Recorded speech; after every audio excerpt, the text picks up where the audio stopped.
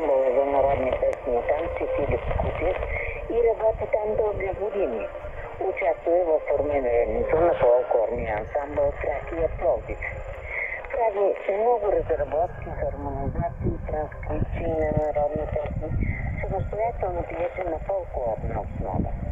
Първата си награда като композитор печели през 1953 година на Младежкия фестивал в Букурещ. 2 години по-късно е удостоена с ордена Кирил Методий. Най-голямото признание Живка Пинкова получава през 1986 година, когато операта Йосиф и Кирил Методий е представена в Битгош, Полша, от състава на Варшавската опера под диригентството на Новаковски и в присъствието на папа Йоан Павел. Той я отличава със специална папска грамота. Тази опера беше поставена у нас през 2021 година от Софийската опера. Както вече казах, творчеството на Пинкова е огромно.